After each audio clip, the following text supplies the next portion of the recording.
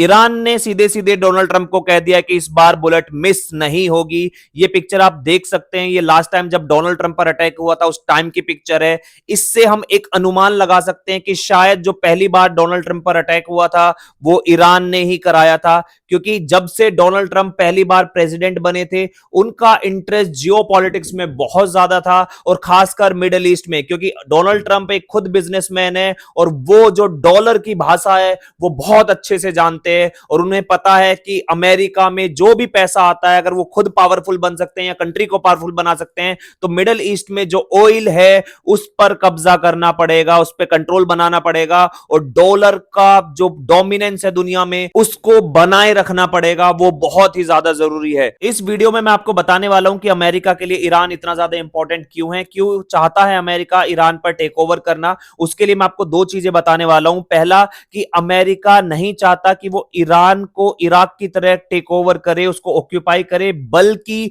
वो ये ईरान का जो स्ट्रेटेजिक बिहेवियर है इसको कंट्रोल करना चाहता है। नाउ सवाल यह है कि ये स्ट्रेटेजिक बिहेवियर क्या है। इसके लिए मैं आपको चार चीजें बताने वाला हूं, उसको ध्यान से सुनिएगा। पहली चीज यह है कि अमेरिका नहीं चाहता कि ईरान के पास किसी भी तरीके का न्यूक्लियर वेपन आए, क्योंकि अगर ऐसा हुआ तो ये सीधा सीधा अमेरिका के लिए थ्रेट होगा। सेकंड चीज, वो नहीं चाहता कि यूएस मिलिट्री को जो डोमिनेंस है मिडिल ईस्ट के अंदर उसको चैलेंज करे ईरान किसी भी तरीके से। और तीसरी चीज, यहां पर जो मिडिल ईस्ट कंट्रीज हैं ये ऑयल कंट्रीज हैं बेसिकली, और यहां पर जो ऑयल करेंसी सिस्टम है जिसको हम पेट्रो डॉलर सिस्टम कहते हैं, इसको कोई भी चैलेंज करे, खासकर ईरान जो है वो उसका ऑल्टरनेटिव चाहता है। और यहां पर अमेरिका का सीधा सीधा ये कहना है कि ईरान किसी भी तरीके से इसका कोई ऑल्टरनेटिव ना ढूंढे। अमेरिका यहां पर यह नहीं चाहता कि जो रीजनल लीडरशिप है बेसिकली अमेरिका के द्वारा सपोर्ट की गई है उसको रिप्लेस किया जाए, क्योंकि अगर ईरान के पास न्यूक्लियर वेपन आया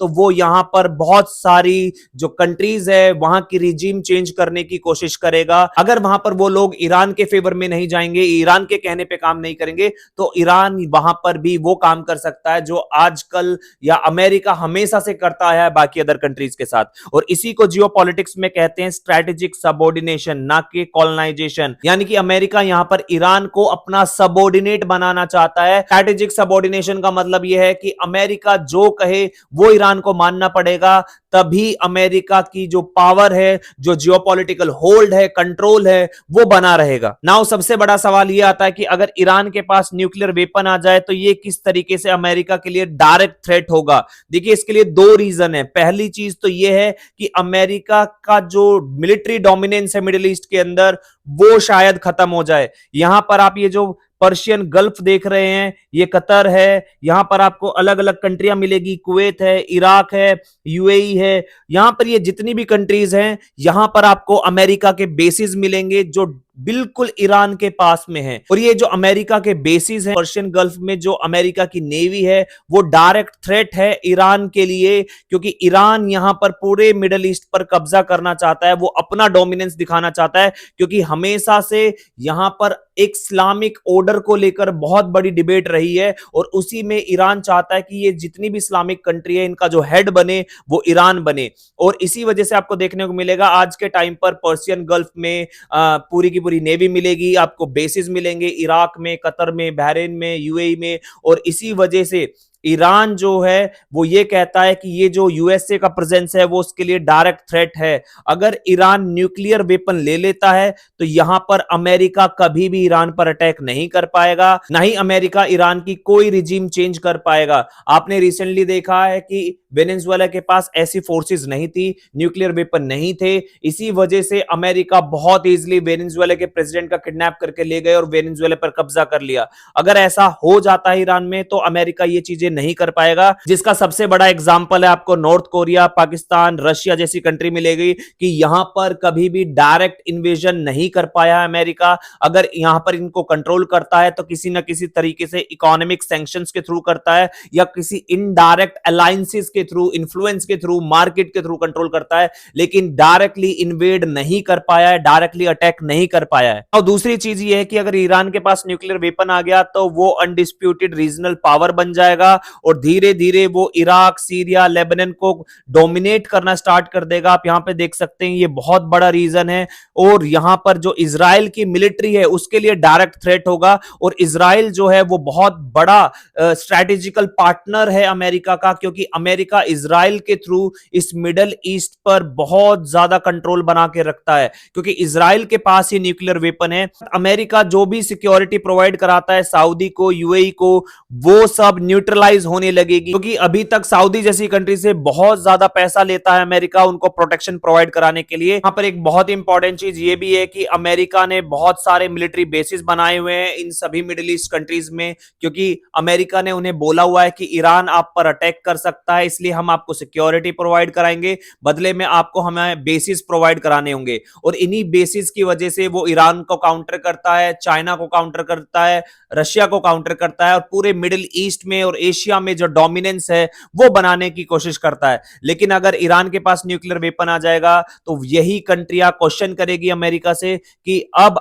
इन बेसिस की क्या जरूरत है, क्योंकि आप जो सिक्योरिटी प्रोवाइड कराते हैं वो अब एब्सोल्यूट नहीं है, वो क्वेश्चनेबल है, क्योंकि ईरान कभी भी हम पर न्यूक्लियर अटैक कर देगा तो आप हमें प्रोटेक्ट नहीं कर पाएंगे। और इस वजह से वो जो कंट्रियां हैं वो डायरेक्टली अब निगोशिएट कर सकती है ईरान के साथ। ऐसा हुआ भी है कि सऊदी ईरान की डील हुई थी जो चाइना ने कराई थी 2023 में, जो अभी भी चल रही है। और इस तरीके से जो यूएस के बेस प्रेजेंट है मिडिल ईस्ट में वो पॉलिटिकल जस्टिफिकेशन खो देंगे, क्योंकि अब आप हमें सिक्योरिटी प्रोवाइड नहीं करा सकते, तो अब आपके बेसिस यहां पर क्या कर रहे हैं। और ये अमेरिका के लिए, अमेरिका की पावर के लिए बहुत बड़ा थ्रेट है, चाहे उसकी इकोनॉमी हो, चाहे उसकी मिलिट्री हो, क्योंकि अमेरिका का जो दुनिया में डोमिनेंस है उसके डॉलर की वजह से और उसकी मिलिट्री की वजह से है। लास्ट वीडियो में मैंने आपको एक्सप्लेन किया था कि अमेरिका का जो ये पेट्रो डॉलर सिस्टम है और इसी सिस्टम की वजह से अमेरिका दुनिया की सबसे पावरफुल इकोनॉमी बना हुआ है। अगर ये पेट्रो डॉलर सिस्टम रिप्लेस हो जाए तो अमेरिका भी वीक हो जाएगा, और इसी वजह से उसने वेनेजुएला पर, इसी वजह से उसने अदर कंट्रीज पर सैंक्शंस लगाए हैं,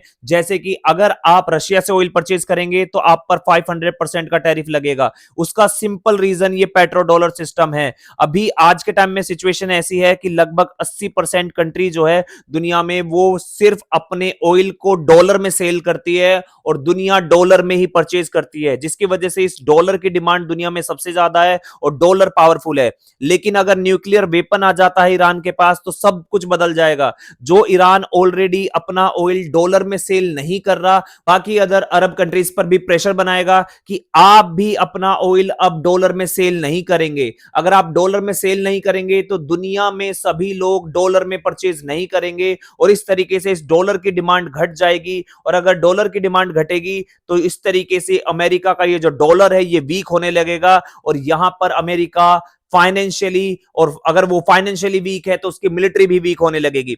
ईरान जो है उसका सबसे बड़ा पार्टनर आपको देखने को मिलेगा चाइना, रशिया, ये सब उसके बहुत बड़े पार्टनर है, और वो सीधा सीधा ईरान को सपोर्ट करेंगे, मिडिल ईस्ट को डोमिनेट कराना स्टार्ट करेंगे ईरान से, और यहां पर सीधे सीधे वो पूरी दुनिया के अंदर इस नॉन डॉलर एनर्जी ट्रेड को प्रमोट करना स्टार्ट कर देंगे। अगर ऐसा होता है तो अमेरिका अभी तक जो भी इकोनॉमिक सैंक्शंस लगाता है ईरान पर वो इतने ज्यादा इफेक्टिव नहीं रहेंगे। लोग ईरान से ऑयल परचेज करना स्टार्ट करेंगे और उसकी इकोनॉमी भी धीरे धीरे रिवाइव करने लगेगी। ये जो पेट्रो डॉलर है ये यूएस फोर्स की क्रेडिबिलिटी पे सर्वाइव कर रहा है, क्योंकि अगर आप मिडिल ईस्ट में मिलिट्री प्रोवाइड करा रहे हैं, सिक्योरिटी प्रोवाइड करा रहे हैं, तो वो कंट्रियां मजबूर हैं अपना ऑयल डॉलर में सेल करने के लिए, और अगर वो डॉलर में सेल कर रहे हैं तो दुनिया मजबूर है डॉलर में खरीदने के लिए। लेकिन अगर ये क्रेडिबिलिटी ही चली जाएगी तो यहां पर उस पेट्रो डॉलर की जो क्रेडिबिलिटी है वो भी खत्म होना स्टार्ट हो जाएगी। और इसी वजह से ये जो न्यूक्लियर वेपन है ईरान के पास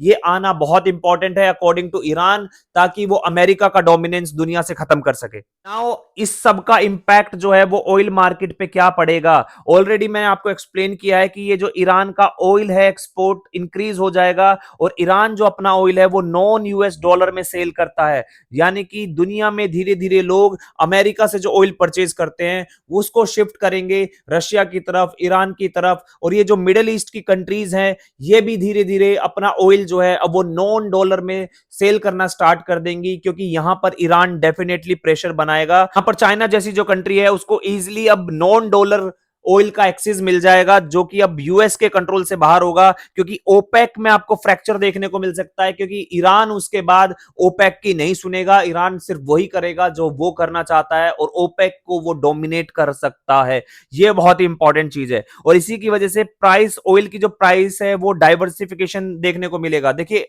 और ऐसे प्लेयर्स आने लगेंगे कि जो अमेरिका के इस डोमिनेंस से बाहर निकलने लगेंगे और यहां पर धीरे धीरे आपको देखने को मिलेगा कि सिर्फ जो कंट्री सबसे सस्ता ऑयल देगी दुनिया उसी से खरीदेगी। और अगर अमेरिका के साथ ऐसा होता है तो अमेरिका की इकोनॉमी कोलैप्स करने लगेगी एक पॉइंट पर आकर। सबसे बड़ा गेम क्या है कि ऑयल जो है वो अमेरिका के कंट्रोल से बाहर निकल जाएगा और अमेरिका कभी नहीं चाहता कि ऑयल उसके कंट्रोल से बाहर निकले।